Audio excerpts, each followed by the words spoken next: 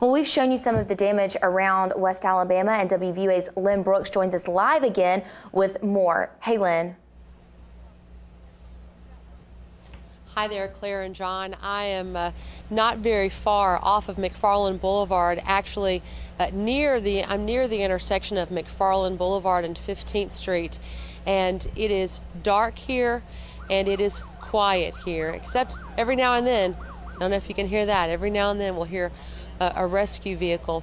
The curfew, the 8 p.m. curfew that Mayor Maddox instituted appears to be working because we're not seeing a lot of people out and about. Of course, this particular area is closed entirely to traffic.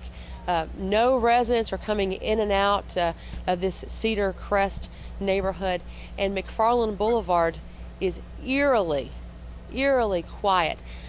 Just before coming on air, I walked over to McFarland Boulevard, and here we are, 8:30 p.m. on a Friday evening. Normally McFarland Boulevard would be bustling in this area right here in the middle of town.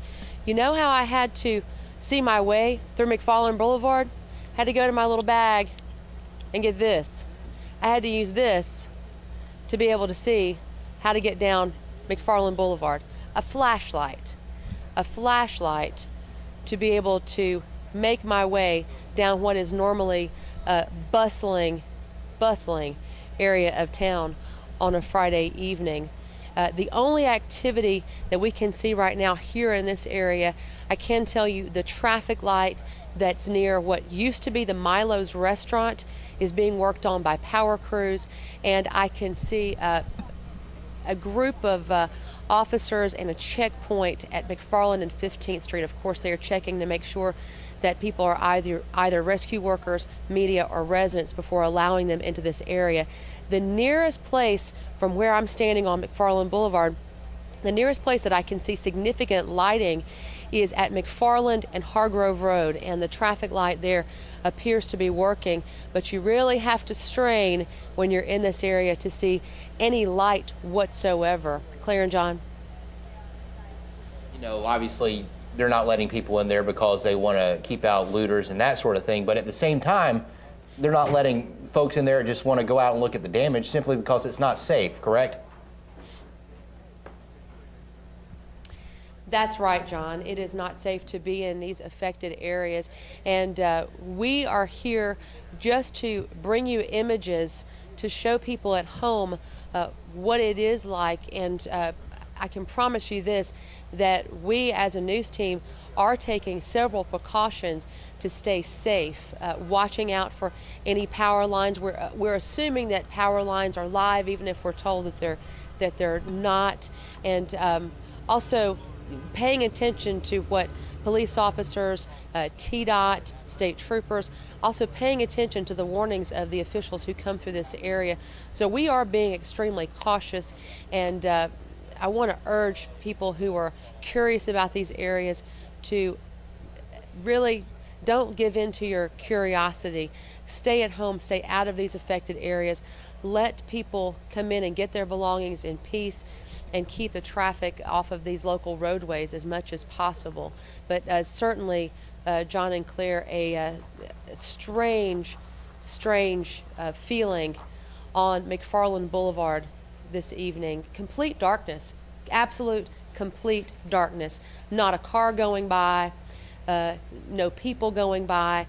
The only vehicle that I've seen on McFarland Boulevard in the past 15 minutes was a golf cart with no lights, and there were a couple of ladies on this golf cart calling out, asking if anybody needed food or if anybody needed water. That is the only vehicle that I've seen in McFarland Boulevard in the past 15-20 minutes. And Lynn, I know you've been out there for a little time. I know it's dark right now, but were you able to talk to anyone or find out if looting is a problem? I've seen it on some of the social networking websites like Facebook and Twitter, and I just didn't know if it was you know, maybe an isolated incident in certain areas, or if you talk to anybody, if this is, you know, a widespread problem.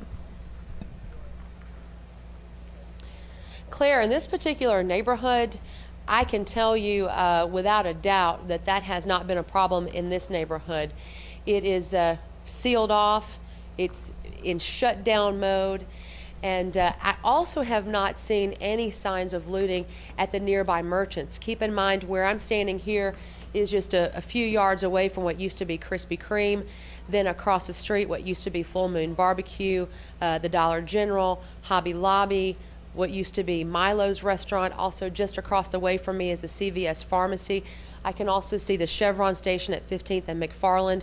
Some of the Midtown shops I can see. Obviously, now that there's no trees blocking the way, the views are pretty clear these days. So I can see over toward Midtown Shopping Center, the Chipotle, Starbucks, Five Guys Burgers and Fries area. I haven't seen any signs of looting in or around these areas, and have not heard of any problems that I've been able to see. I've been here since about 4:30 p.m. this afternoon and haven't seen any of that. I will tell you, one of the homes in this particular neighborhood, which is Cedar Crest, has written in big, bold, spray paint letters, "If you touch this house, I will shoot you." So there are a few messages of warning that homeowners have prominently placed on their home, on the fronts of their homes. But as far as I've been able to see, I have not seen any signs of any looting, and I was able to speak with some officials with the Tuscaloosa County Sheriff's Office earlier this afternoon, and I know for this particular area, that's all I can speak for, I have not seen that as a problem.